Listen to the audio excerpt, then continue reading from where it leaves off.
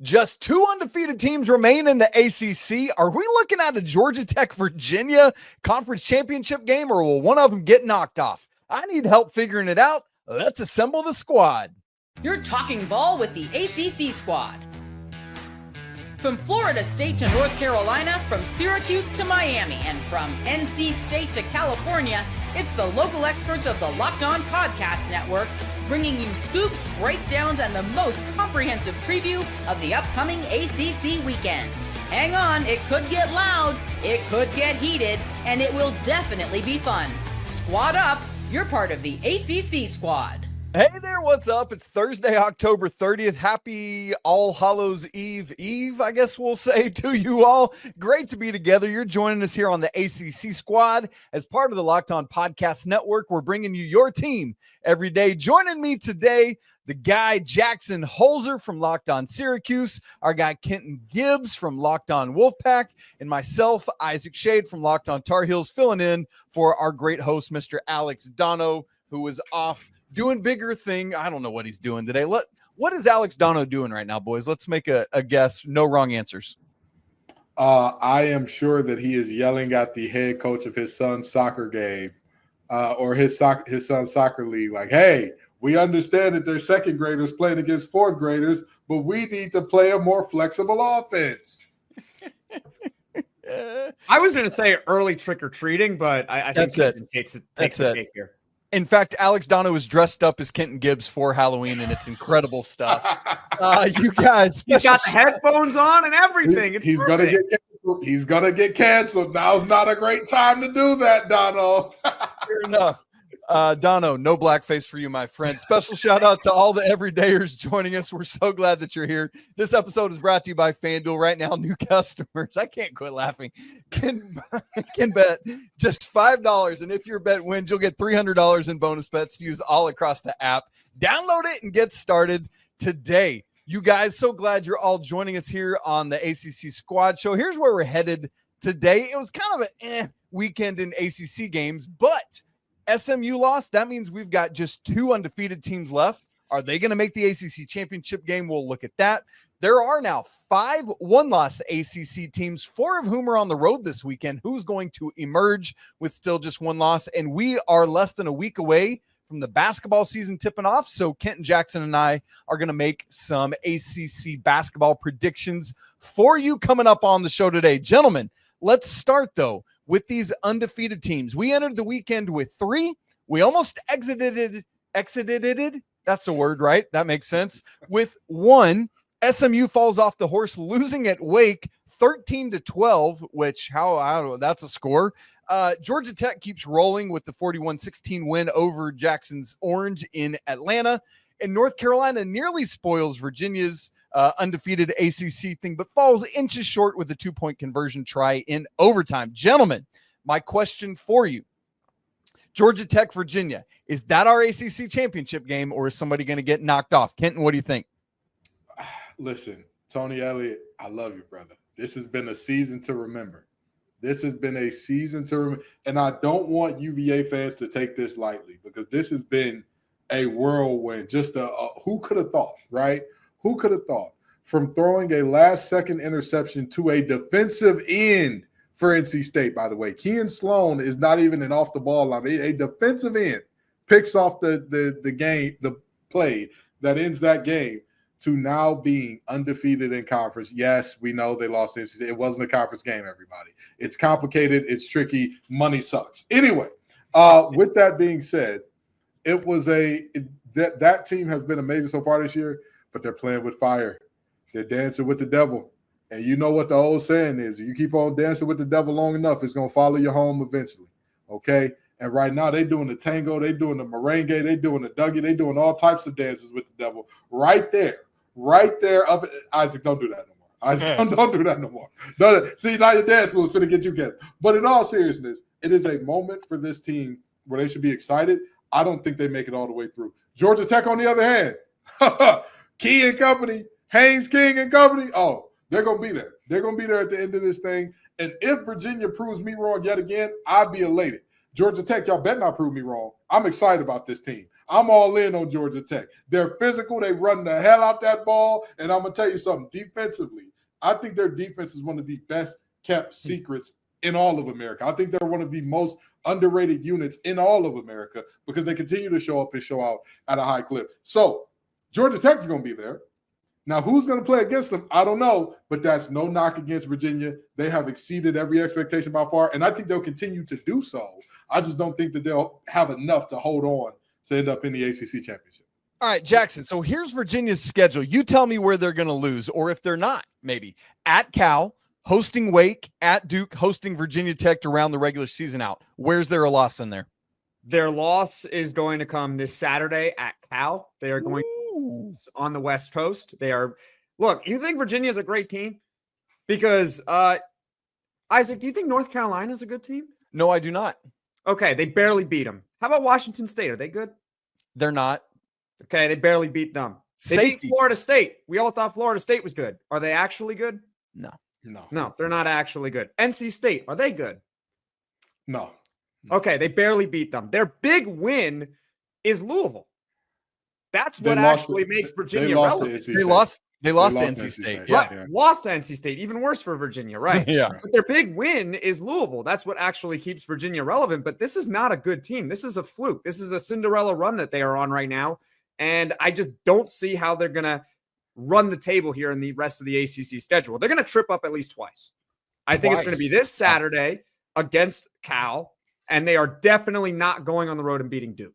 No, I don't see that. TBD on Wake Forest, because Wake Forest can be kind of sneaky. We just saw that this weekend against SMU. And Virginia Tech, who knows?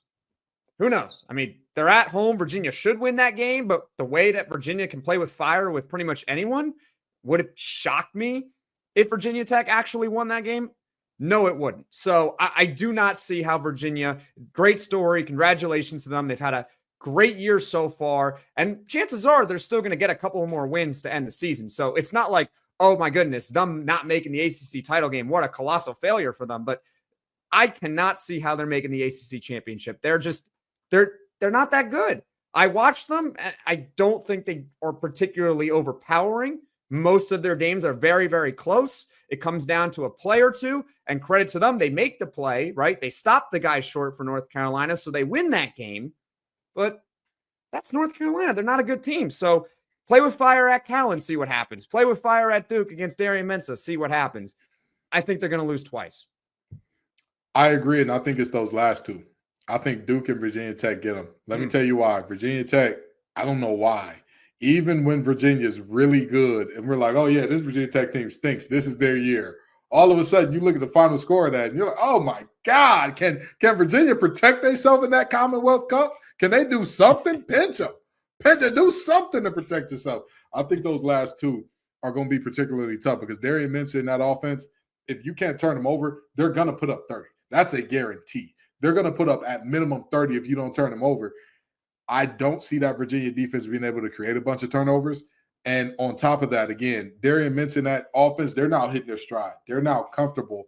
So I think that if they can do anything on the ground, they'll be all right. But you know, I'm telling you, this Virginia team, they have nothing to hang their heads about. And we're talking about potential losses. All three of us, our teams are horrible. So Virginia fans, when you hear this, tell us we hating from outside the club. Because right now, y'all in the top two. Y'all in the undefeated club in the conference. Something that none of us miss bowl, we have miss bowl. All three of us are missing a bowl this year. That's mathematically, there's still a chance. Mathematically, Mike, you know what? Mathematically, someone's winning on Friday night. Who cares? Let me tell you something. Like a little kid trying to potty train, all of us have missed the bowl, okay? So it's not going to go great in terms of us talking to UVA fans because they're undefeated in conference, and they deserve to live it up. But I'll tell you what, at the end of the day, I just don't think they have what it takes to finish this season out in a manner that ends them up there. But here's another redeeming hope for them. They have built up the type of cushion. I think they can lose one and still end up going. Georgia Tech, you mean? No, not Georgia Tech. Virginia. I think Virginia can lose one ACC game because would they not have the tiebreak over Miami, or would they? How would that work out? I don't know. They would have it over Louisville because common opponent. Louisville, they got the head-to-head. Common opponent against Miami. they beat Louisville. Louisville beats Miami. So they have a game cushion to where they could lose to Duke. But if they finally figure out how to beat Virginia Tech and shut, I'm just saying they could still end up there, even with going 1-1 in those last two. And it's going to depend, like all those tiebreakers, because right now we've got 5 one-loss teams additionally. So there's a whole bunch to figure out all the tiebreakers right and now. So maybe they get in with 1 loss, but I don't know. November's coming, and we know that November always has a way of working things out on its own without us having to speculate about it. By the way, Kenton, the way I avoid all missing the bowl, I just sit down, and then that erases the whole issue. You know what I'm saying? He said, boy, girl, don't matter. Sit your tail down. Sit down. Well, Syracuse and North Carolina on Friday night are going to be sitting down the whole time. Fair. The other thing what's going to happen in that game? The other feather in Georgia Tech's cap is they've already played 5 ACC games to Virginia's 4. Georgia Tech just has at State, at BC, and hosting Pitt left on their schedule. So we'll see what happens. Elsewhere last weekend, Miami got back on the horse, throttling Stanford. Louisville over BC at home, and then Pitt beat NC State 53-34. Kenton, wow, over-under on that one. I don't know what it was, but 87 was the total there. That's bonkers. We just mentioned it. I told you, hand it over. Hand it over, baby.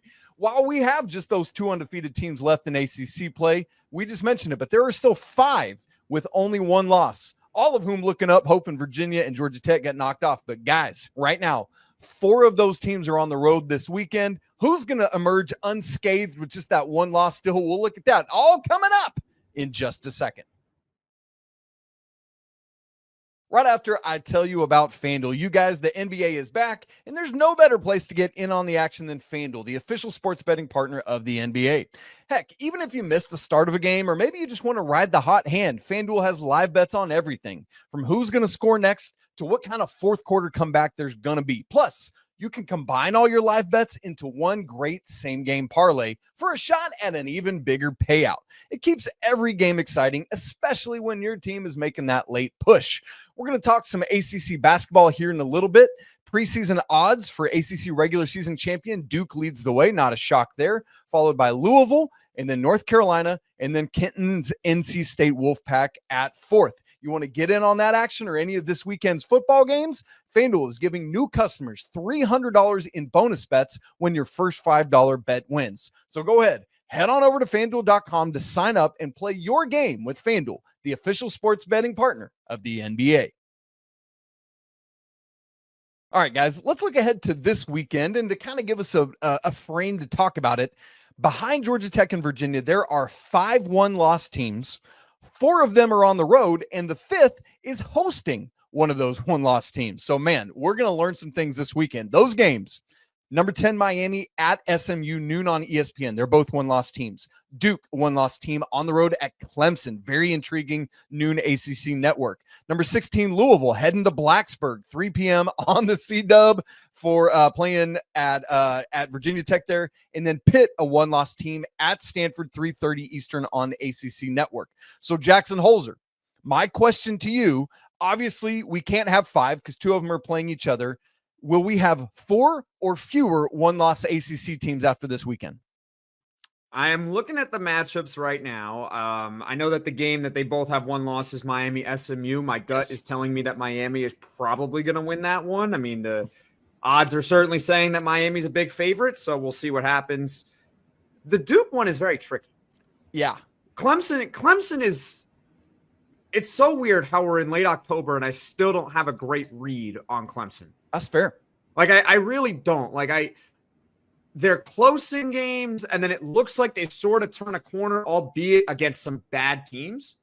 And then last time they played against SMU, their backup quarterback was the quarterback. So is that a fair assessment as to what Clemson actually is? How much different would it have looked like against SMU had they had Cade Klubnik? So that's a toss-up game. And right now, actually, I'm looking at it. Clemson's favored. And it's not easy to win. What's the line? I think it's around 3 points. Wow. Interesting. Right? I guess my gut is telling me that I think Clemson might win that game at home against Duke and knock them out, essentially. Because I don't know. I don't trust Duke. I really don't. I love their offense. Their defense is I just don't trust them. I really don't. So So you're down to 1. What about Louisville and Pitt? Are they winning or no? Louisville on the road at Virginia Tech. That should be a win. Although it would be classic Louisville to lose that game. And then Georgia Tech. Now they're going to win. What was the other one lost team? Pitt at Stanford. So many. Pittsburgh. Oh, they're doing the West Coast thing. Yeah. Yeah. Logic says they should win. So I'll just pick them. But so if they do the whole Florida State thing, I wouldn't be surprised either. But Pitt should win at Stanford. So you're saying 3 of the 5 one-loss teams emerge. That's Miami, Louisville, and Pitt, with SMU losing to Miami and Duke losing at Clemson. KG, what you got? Over under Jackson's 3. Oh, it's going to be over. Listen, if you think that Clemson has turned a corner, I would like to tell you what my mom used to tell us when we were playing when we were kids. Well, I don't know if they turned a corner. I have no clue. Stay between this house and this house. You know what that means?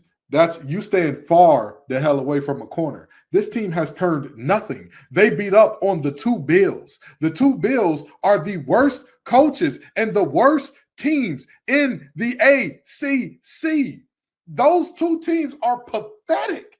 I don't mean they're bad. I mean they're like, I'm genuinely surprised y'all are getting paid to do this job type of terrible. I'm not going to give you credit for beating them. Anytime Clemson has played a team with a pulse this year, it's been a problem, including the Troy Trojans. When you need a comeback to beat Troy, I kind of think I know what you are. I kind of think I have a good understanding of what you are as a team. And while Duke does have their problems defensively, I think that Manny Diaz is going to give whoever is at quarterback all types of problems.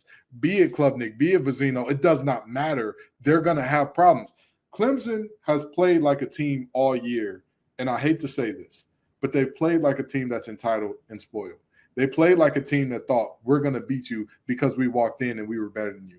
It took up until, I want to say, a week or 2 ago for TJ Parker's sack number to exceed his penalty number this season. I'm not joking. That was a young man that we said, oh, that's a top 10 pick. That's a top 10 pick. Hey, he did his play to avoid being drafted by the Jets. Good for him. Listen, with all due respect, okay, nobody hates the Jets that bad. You know, nobody. You can't hate them that bad. Usually it's the teams that are tanking for the players. Now we got a player tanking for a team. Hello? He done played himself darn near. He done played himself darn near out the Fernando Mendoza, if he starts laying some eggs here, don't be surprised. Listen, that man done played himself nearly out of the first round altogether. And to avoid the Jets, come on, dog. Come on. You know, all I'm saying is this Clemson team has shown us who they are time after time after time. They've still shown the inability to stop the run from last year. The pass rush has markedly declined from last year. The receiving weapons have been hurt. I give them that. Injuries. The passing game as a whole has had some injuries. The quarterback, Cade Klubnik, injury. And then we talk about a running game that was never supposed to be good. We all said if they had a running game, that would have been a great compliment, but we know who they are. I'm not giving Clemson not nary a benefit of not nary a doubt. If Locked On fielded a football team, we could go ahead and beat UNC and Boston College. AJ Black would go crazy against that Bill Belichick defensive scheme right now. Jackson, in the press box. You would be looking like Christian McCaffrey against that Boston College defense. Would they be calling you White Lightning? Okay? This is a situation where, again, I think that we see all of these teams that can come out as one loss teams, and they're not playing another one loss. I think all of them come out. I don't see a single one of those teams losing because, again, these are some overwhelming favorites. The least surprising, I guess, would be Clemson over Duke, but even still, that's because we know the type of talent that Clemson has if they can put it all together. But if we say favored in this game, and Vegas favored Drew Aller and Arch Manning as Heisman favorites. What Vegas says don't mean I'm that not here to argue. Like, I'm just pointing it out. Like, it would not be surprising at all if Clemson wins because they're actually favored to win. It would be surprising to me because when I've watched these football games, I've said, them ain't no Tigers. They got a paw print on the side of their helmet. They're not playing like a Clemson coach team. They're not playing like a Dabo coach team. There you go. They playing like little kittens. They playing like they need a litter box. They ain't playing like the no little Tigers. Yeah, they play How do you like the baby explain Cubs or how something. they lose to Georgia Tech, which we can all agree right now is the class of the ACC? They barely lost to them. It took like a 50-plus yard field goal for them to beat Clemson. And then you also have SMU. Like, I genuinely think that game could have been different if they had Cade Klubnik instead of Vizina in there. So that's why I'm saying I don't have a read on Clemson right now. I really don't, because yes, they were playing bad teams, but it started to feel like something was clicking there that they could take forward into the SMU game, and then their backup quarterback is starting that game and not Cade Klubnik, so they lose. And then they have a bye week, so we all forget about Clemson for a week. Now they're at home. They're playing Duke. Duke has everything to play for. Clemson, their season's basically over. Is the moment going to maybe be too big for Duke because they realize, like, hey, like, we have a legitimate chance here in the ACC, and Clemson's just like, well, we got nothing to lose? Or is it really going to be like, well, we have nothing to lose, our season's over, so we're just going to come out lifeless? I don't know. I don't have a read on Clemson right now because they have a close loss to Georgia Tech. Maybe they beat SMU if it was their starting quarterback instead of Vizina. So they're favored at home. I'm going to pick Clemson to win this game.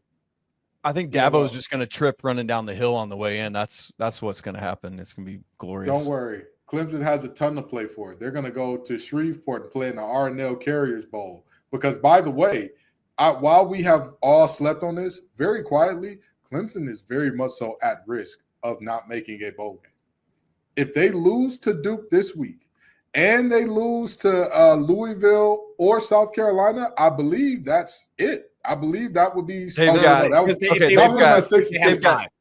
got 3 wins. Yeah. And they've got 5 remaining games: hosting Duke, hosting FSU, at Louisville, hosting Furman, and South Carolina. Good luck finding 3 in there. I was just about to say, if you lose to Duke, that puts you in real dicey territory. You ain't got no quick lane bowl in you. Yikes. Yowzers. That's a tough one. Wow. Okay, so we'll see. Kenton thinks all 4 of these road teams with 1 loss are going to win. We'll see if that plays out, and that's what we emerge. By the way, both of those undefeated teams are on the road this weekend as well. Georgia Tech at NC State, Virginia at Cal, Notre Dame, ACC light in football is at BC. We've got our spooky Halloween game between Jackson and I, with Carolina going up to what I'm still calling the Carrier Dome because I refuse to call it anything else on Halloween. And then Wake Forest at FSU. That's our other ACC game this weekend. Boys, basketball season 4 days away. That means we need to make some preseason predictions. Will Duke repeat as regular season and conference tournament champs, or can someone knock them off? We'll find out coming up in just a second.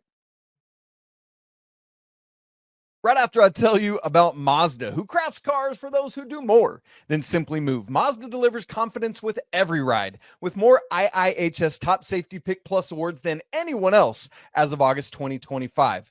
From footwork to breathwork, athletes sweat all the details, and Mazda brings that same level of intentionality to how they craft every model. You can feel that incredible Japanese craftsmanship in every detail, from the metallic accents all the way to the available Nappa leather upholstery. With all-wheel drive standard in every crossover SUV, you can drive with confidence through almost any season. Because with Mazda, everyday drives feel like anything but. From smooth handling to intuitive controls and everything in between. And like all the ACC athletes out there, Mazda sweats every detail. Because when you make every move count, impossible becomes irrelevant. Mazda, move and be moved.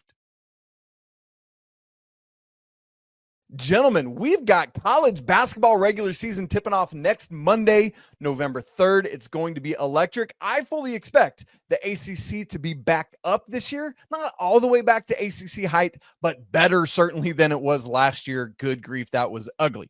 That said, we got a new coach for Kenton and the Wolfpack. Jackson Holzer's trying to figure out what Red Autry era is going to be. Can he hang around? For my North Carolina Tar Heels, we're going to see if the Hubert Davis roller coaster goes up or down this year. And, man, we've got a whole slew of other teams with lots of great stuff happening. So, guys, I want us here, before the football season started, we made some preseason predictions. I think we did our ACC Championship game contenders. What I want to do here is when we think ACC tournament, the goal is always to be one of those top 4 teams to get that double bye for the ACC tournament. So that's what I want us to do. Make our predictions for the top 4 teams in the ACC regular standings. KG, my man, what you got? Well, obviously, the class of the conference is Duke in basketball for a reason. They are, again, Duke fans, start paying attention to your football team. They're putting out a pretty good product over there. But the Cameron Crazies are not the Wallace Wade Wackos for a reason. They turn that place up, and rightfully so. That's to be expected. Louisville, my God, what a difference a year makes, right? They got done with the Kenny Payne error. Notice I said error, not era. The Kenny Payne error is over. And they've seen the light at the end of the tunnel, and they're phenomenal this year. I expect them to be a team that's going to be contending as well. And then all roads lead through Wade Avenue in Raleigh, baby. It's State Fair time in Raleigh, which means the exit is Wade Avenue that everybody got to get off on. But the biggest attraction ain't going to be food that'll kill you and rides that'll kill you in Raleigh. It's going to be the Lenovo Center. It's going to be Will Wade and what those boys are doing. And I'm going to tell you, I struggled to come up with who I was going to have in fourth. I really and truly did, because I said to myself, well, you could say Brownell at Clemson, he's going to do good things, and he's not returning a ton of talent, but he's always a very good coach. And I said, I don't know. In this world of the portal, he's been better than I expected, but I'm not sure if he's going to be there. You could say Odom at Virginia as your fourth, but it's tough to say that too. And then you look around at the rest of the conference and say, well, hell, who's got a squad that you would even look at and say they could potentially be in that four? And I'm going to go off the rails with this one. I know y'all are going to be looking at me crazy with this one. I think Jackson's squad ends up in that top four. I think they end up in that top four. Hold on a minute. I think they do. Listen, hear me out. Hear me out. I like this. Hear me out. This is why I think they end up in that top four. Autry knows he's coaching for his life. He knows, this is it. This is it. They've had one of the better recruiting classes that we've seen from Syracuse in quite some time, and we know what a difference a year makes in today's landscape. I think this is a team from game one that, yes, they're young, but they're going to come out with desperation that nobody else has. Nobody else that I look at as are they on the brink? Are they on the cusp? Is going to have that desperation, except maybe the Tar Heels. And the only problem I see with the Tar Heels, they're running into a similar problem that NC State ran into a couple years ago. Where's the floor spacing coming from? Where are your shooters? And that's something that I look at with them, and I'm like, they've got a ton of size. Don't get me wrong. I think they're going to be phenomenal down low. But at the end of the day, if teams could just go, hey, we're going to go pack line defense and we're going to figure out those bigs eventually, I think that could be potentially problematic, especially for a coach that, Hubert Davis in the half court, things hadn't exactly been the best. So I think Syracuse ends up being at 14. I know that's a hot take. I know nobody's going to agree with me. Everybody's going to say I'm insane and that I'm making – y'all know I don't like to make Jackson happy. That is the last thing I'll ever want to do with my life. But I've got to give Syracuse the nod. And I know I'm going to get a lot of folks coming at me. But when this season is ending and they're in that contention, I told you first. Okay. Jackson. Kenton, I think you just might have gained 20 new subscribers, maybe even more on your Locked On Wolfpack channel. I think it's all the Syracuse fans that are flocking over to you right now, giving your content some love.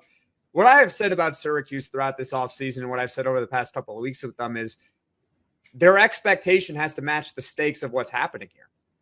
The coaches are coaching for their jobs, and quite frankly, so are the players too. Because the trend in college sports really is when your coach leaves, so does all the other coaches on the staff, and so do all the players, which means you're also looking for a new school, and you want to make sure that you're playing your best so that there's another school that actually wants you, that's actually going to pay you when you enter the transfer portal, right? So everyone's playing for their job. Everyone is coaching for their job this season. So there is that desperation in Syracuse, and the expectations have to match the stakes of the season. This is a team that, look, they don't have to finish top 4 in the ACC, but they do have to make the NCAA tournament. That is a non-negotiable in my book. I don't care how they get there. I don't care if they're the last team in the ACC and then they go on a miracle run similar to what NC State did a couple. What NC State did a couple of years ago. I don't care. You're in the NCAA tournament or goodbye to everyone. So if they're top 4 in the ACC, chances are they are definitely going to be in the NCAA tournament. And so therefore, that is a very, very successful season for Syracuse. Having said that, I can't pick them in the preseason right now to finish top 4. I can't. I do think they could be up there, that they have potential, but I can't do that. I can't be that much of a homer. I can't be like Kenton and really pick Syracuse to actually finish top 4. I think there's 2 that are pretty obvious. Duke, I don't know if you ever heard of Duke, but they're probably going to be pretty good this year. They got this guy named Cameron Boozer. He's okay. He's so good. He had 20 billion rebounds against Tennessee. I know it was an exhibition game, but still, I mean, 20 billion rebounds is a lot of rebounds. He's pretty good. He should be a solid player for Duke. So he's still rebounding right now, huh? Still clean the glass. Yeah. He's okay. He's okay. And then you got Louisville, Pat Kelsey, great turnaround, great transfer portal class. They were competitive in their exhibition game, and they were playing against Kansas. So am I going to sit here and penalize them for that? No, actually, I give them a lot of credit because Kansas, I think, is going to be really good. They got another freshman over there at Kansas by the name of Darren Peterson. He's pretty good as well. So he's capable of taking over games, and that's what happened in the first half of that exhibition game. After that, it kind of gets interesting because there's a lot of brand new rosters. There's a lot of talent going around, but we don't know how it's necessarily going to match. Right now, I'm leaning towards NC State. And it's not just because Kenton picked Syracuse, but I am leaning towards NC State because of Will Wade and his pedigree and this day and age of college basketball where you can you can go from one of the worst teams in the conference to one of the best teams in the conference in 1 year. We saw it last year with Louisville. Kenton just talked about it, yeah. NC State, they invested heavily this offseason. They got themselves a proven head coach. He knows what he's doing, brings in a ton of talent. Darian Williams, I mean, he could be terrific for that team this season. He's a monster. So that was a great get for Kenton and NC State. My sleeper's Miami.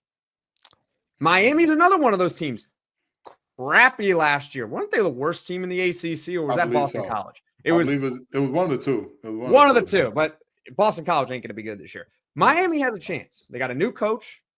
All right, we'll see what happens. What is it, Jay Lucas? Who took over? Lucas. Yep. Jay Lucas is now their head coach. They bring in some transfers. Trey Donaldson's a nice one. I like him. They got that guy from Indiana as well. Maybe they're in the top 4. Yeah. How about that? Sheldon Because Henderson, I think the conference is in flux freshman. right now after that. After the top 2, it's really anyone's guess who's going to be 3 and 4. Yeah.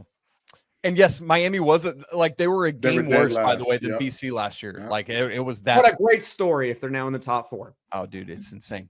So I'm right with you guys. The only difference I have with that top 2 is I actually earlier this offseason, I was Duke Louisville. Just a week or 2 ago, I flipped to Louisville Duke. You spoke to Dalton, didn't you? No, it's just the more I've looked at their roster, the shooting, the depth with that, Ali Khalifa coming back. He was injured last year. I'm in on Louisville to knock off Duke. I think Duke has better top end talent, but I think Louisville's entire roster comes together better than does Duke's. And so, but where we don't quibble in any way is I do believe that is a tier separate from the rest of the league. And so 1 or 2, whatever. And then one of my responses to Kenton is Carolina's 1 and 3 are both 40% shooters, with Kyan Evans coming over from Colorado State, Luka Bogovac's coming over from playing professionally in Europe for a couple of years. He's Montenegrin. And that's your floor spacing. Both of those guys provide that. And now that Carolina, for the first time ever, has some bigs who actually floor space a little bit as well, it's kind of a little bit everywhere. Now, they're not as high level percentage-wise, but they're going to do it. That said, I do think it's NC State and North Carolina as the other to round out the top 4. I'm going to go Carolina 3, NC State 4. But as Kent and I and Grayson were literally just talking about yesterday before we recorded this, one of the good things for NC State is they only play both Duke and Carolina once, and both of those games are at home.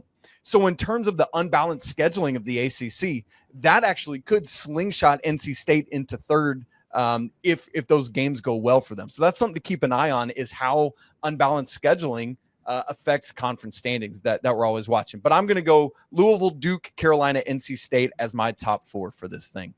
Boys, it's a lot of fun. A lot of college basketball coming. Absolutely cannot wait. We got some bangers in week 1. Can't wait to see it happen. Folks, if you've not already gone to follow Locked On Syracuse and Jackson Holzer's great work, make sure you do that so you can get that Halloween coverage. Halloween? I don't know. What do y'all say? Halloween or Halloween? Halloween. I think I'm a Halloween, and I have no clue why I said Halloween. That's weird. Halloween. Halloween, yeah, Halloween. Make sure you go check out KG and Grayson Boone over there on Locked On Wolfpack, man. They're bringing it to you every day, as well as all the great rest of the Locked On ACC shows, man. So many great dudes bringing you coverage of their team every day, and myself as well on Locked On Tar Heels. It's been great to be together. Can't wait to be back with you next week. Lots of more great content to come on. Thanks for being here with us. Again, all you everydayers, we appreciate you so much. Let's keep it rolling right here on Locked On ACC. Your team every day.